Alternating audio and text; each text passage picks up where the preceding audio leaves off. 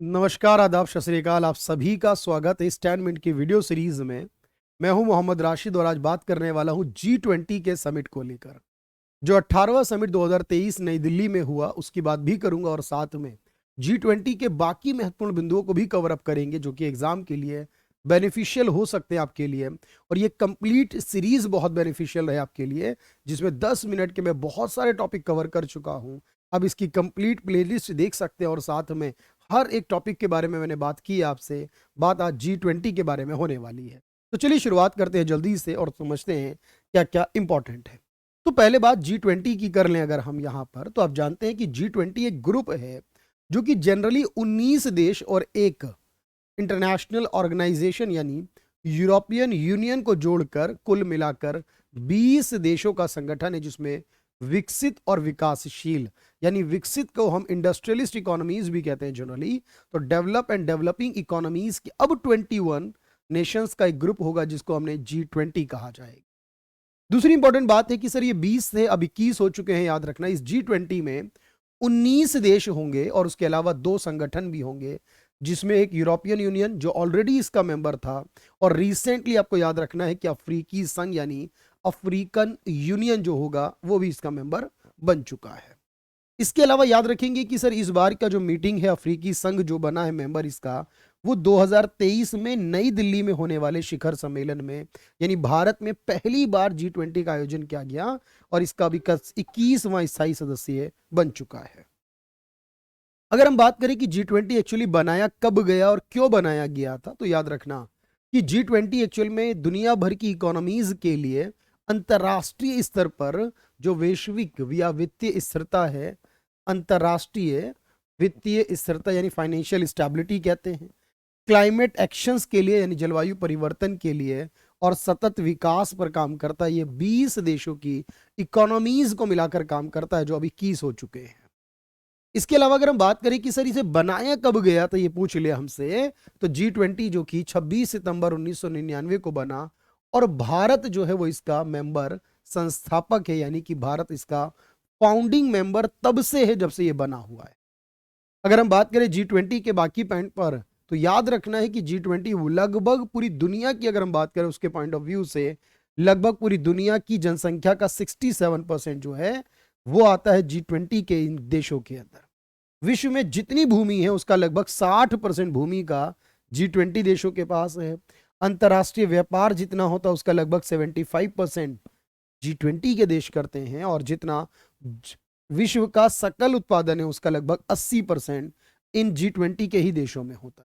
यानी कि G20 ही अपने आप में पूरी दुनिया मान लीजिए, कहीं ये 60 है, कहीं ये 67, कहीं 80 और 75, यानी कि लगभग कुछ ही परसेंट बचता है बाकी देशों के लिए इन 20 देशों के अलावा। इसके अलावा अगर हम बात करें यहां पर कि 2023 तक इस समूह में अब 21 सदस्य हो चुके हैं, जिनमें G7 के 7 देश हैं, ब्रिक्स के 5 देश हैं, 12 होते हैं, 2 ऑर्गेनाइजेशन हैं, 14 होते हैं। उसके अलावा अगर आप बाकी के 7 नाम और याद कर लें तो लगभग लगभग आपके लिए क्लियर हो जाएगा कि इसमें कौन कौन से हैं। इसमें अर्जेंटीना है, आपको अलग से याद रखना है क्योंकि ये ना G7 में है ना ये ब्रिक्स में आता है। ऑस्ट्रेलिया है, ये अलग से याद रखना है। ब्राजील है, कनाडा है, चाइना, फ्रांस है, जर्मनी है, भारत है, Indonesia, Italy, Japan, Mexico, Russia, Saudi Arab, South Africa इसका मेंबर है, साउथ कोरिया भी है, तुर्की, यूनाइटेड किंगडम है, संयुक्त राज्य अमेरिका, यूरोपीय संघ और अब अफ्रीकी संघ भी। कुल मिलाकर अब 21 देश इसके सदस्य हो चुके हैं। इसके बाद अगर हम बात करें कि 18वां G20 का जो समिट दिल्ली में हुआ सर, उसके रिलेटेड अगर कुछ बात हम करें तो याद रखना इसका आयोजन दिल्ली में हुआ था, और हम जानते हैं कि इसे भारत मंडपम के अंदर, जो कि हमारा एक प्रदर्शनी और कन्वेंशन सेंटर है, वहां पर आयोजित किया गया है नई दिल्ली में, जो कि डेट वाइज आपको याद रखना 9 और 10 सितंबर 2023 को किया गया था। इसके अलावा याद रखना है कि सर यहां पर जो गेट पर यानी एंट्री पर ही आप देखेंगे सर, भारत मंडपम में भगवान नटराज की जो चोल शैली की है कांस्य की प्रतिमा, जो कि 28 फीट की, और इसको लेकर बड़ा कंफ्यूजन है सच बताऊं, कहीं ये 27 फीट मेंशन है तो कहीं 28 फीट है, लेकिन जो इसकी पीआईबी की साइट पर 28 फीट दिया मैंने इसलिए 28 माना है, प्रेस इंफॉर्मेशन ब्यूरो की साइट पर। तो 28 फीट की, जिसको तमिलनाडु के एक स्वामी मलई के रहने वाले 3 भाइयों ने मिलकर तैयार किया। तो 3 भाइयों ने मिलकर इस नटराज जी की भगवान की मूर्ति, जो भगवान शिव को समर्पित है, याद रखिएगा, इसको बनाया है। अच्छा, उड़ीसा की जो कोणार्क का सूर्य मंदिर है और साथ में जो नालंदा विश्वविद्यालय की छवि है वो भी यहां पर लगाई गई थी। उड़ीसा के सूर्य मंदिर और साथ में नालंदा विश्वविद्यालय की छवि बनाई गई। इसके अलावा इसका आदर्श वाक्य क्या रहा, मोटो क्या रहा, वो भी याद रखेंगे। वासुदेव कुटुंबकम, यानी एक पृथ्वी, एक परिवार, एक भविष्य, इस नाम से इसको बनाया गया। अगर पूछता है कि G20 के शेरपा कौन थे, तो याद रखना है अमिताभ कांत जो है वो G20 के शेरपा हैं, जो पूर्व में नीति आयोग के सीईओ रह चुके हैं और G20 के मुख्य समन्वयक रहे, यानी चीफ कोऑर्डिनेटर रहे हर्षवर्धन श्रृंगला है। G20 के जो लीडर्स आए थे भारत में, जिसमें आप जानते हैं चीन के राष्ट्रपति नहीं आए, उनकी जगह दूसरे रिप्रेजेंटेटिव थे। रशिया के राष्ट्रपति व्लादिमीर पुतिन नहीं थे, उनकी जगह रिप्रेजेंटेटिव थे। लेकिन जो भी नेता भारत पहुंचे उनमें इसको गुलाबी मीनाकारी का जो काम है उसके बनी चीजें दी गई। दैट्स द, ये प्रोडक्ट थे जो उन सभी को दिए गए, इसे गुलाबी मीनाकारी कहा गया। इसके अलावा याद रखेंगे इसका जो ध्वज रहा है बेसिक तौर पर, इसको याद रखना, G20 का जो लोगो रहा है उसमें 4 रंग, केसरिया, सफेद, हरा और नीला, ये 4 रंगों का इस्तेमाल किया गया। और इसके अलावा इसमें यहां पर जो अर्थ पृथ्वी है और साथ में 7 पत्तियों का कमल का फूल बनाया गया, जो कि विश्व के 7 अलग अलग महाद्वीपों को रिप्रेजेंट करता है। तो 7 महाद्वीपों को रिप्रेजेंट करने वाला यहां पर बनाया गया है और इसे कमल कहा जाएगा, 7 पत्तियों का, जिस पर अर्थ की प्रतिमा होगी। भारत इसका अध्यक्ष कब से कब तक रहा, और आप जानते हैं कि भारत के बाद इसका नया अध्यक्ष जो है वो ब्राजील होगा, क्योंकि इसलिए भारत ने अपनी जो मशाल, जो रिले, जो कि इस बात का संकेत है कि अगला कहां होने वाला है, वो ब्राजील को दे दी है। ये भी याद रखेंगे कि ब्राजील के बाद साउथ अफ्रीका में होगा, साउथ अफ्रीका के बाद फिर यूएसए द्वारा कराएगा, इसे अमेरिका कराएगा। यानी कि 2026 तक का ये कंफर्मेशन है और भारत 1 दिसंबर 2022 से लेकर यानी 30 नवंबर 2023 तक इसका अध्यक्ष रहने वाला है। और G20 जो इस बार बैठक हुई उसकी अध्यक्षता प्रधानमंत्री नरेंद्र मोदी जी ने की है, यह भी याद रखें। इसके अलावा इसमें 6 प्रमुख प्राथमिकताओं की बात की गई थी, इसको याद रखते हुए चलेंगे कि G20 के अंदर 6 मुख्य प्राथमिकताएं क्या क्या थी। जैसे हमें ग्रीन डेवलपमेंट, क्लाइमेट के लिए फिनांस और लाइफ के बारे में बात करनी है।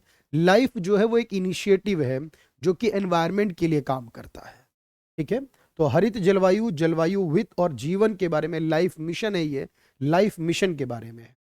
Accelerated inclusive and resilient growth की बात करनी है। SDG यानी सस्टेनेबल डेवलपमेंट ग्रोथ की प्रोग्रेस को अचीव करना, एक्सिलरेट करना, तेजी से काम आगे बढ़ाना है। तकनीकी परिवर्तन और डिजिटल सार्वजनिक अवसंरचना यानी इंफ्रास्ट्रक्चर पे काम करना है। इसके अलावा 21वीं सदी के मल्टीलेटरल इंस्टीट्यूशंस बनाने हैं जो लेटेस्ट मॉड्यूल के अकॉर्डिंग हो, और साथ में महिलाओं के नेतृत्व में विकास को आगे बढ़ाना है।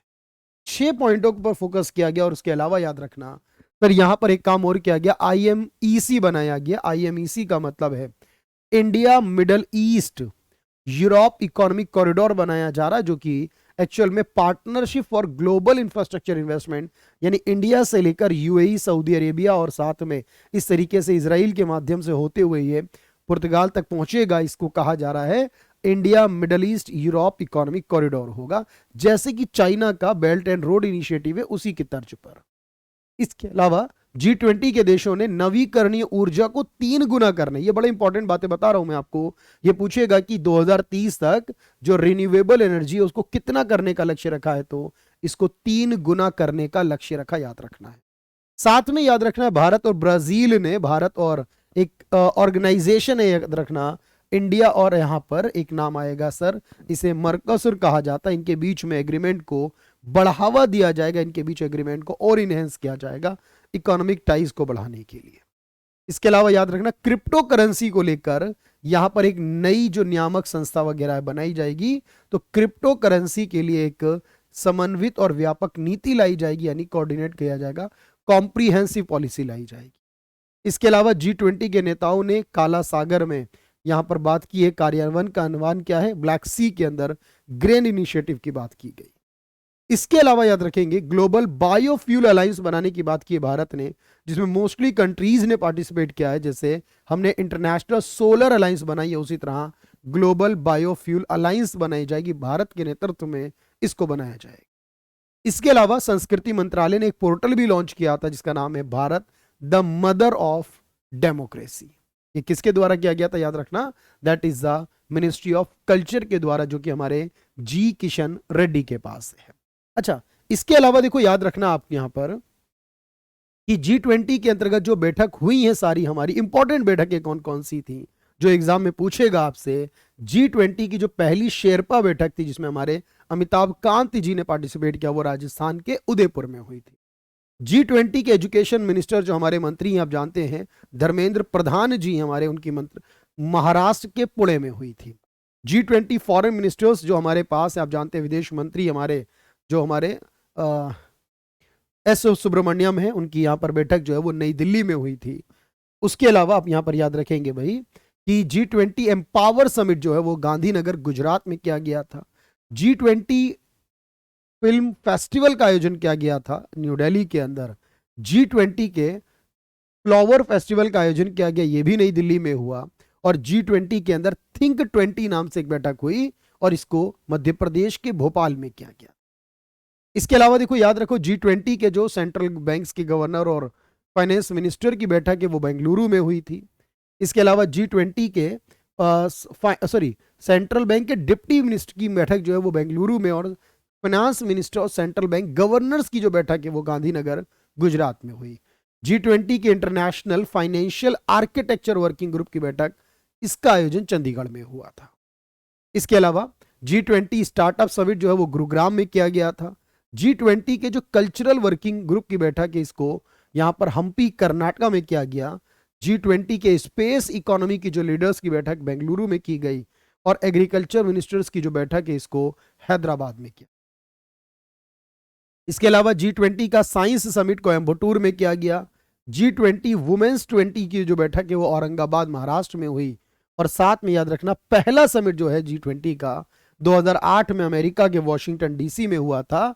18वां समिट बाली इंडोनेशिया में 2018 में, 17वां समिट होगा यहाँ पर, 20वां समिट 2024 में होगा रियो डी जेनेरियो के अंदर ब्राजील में।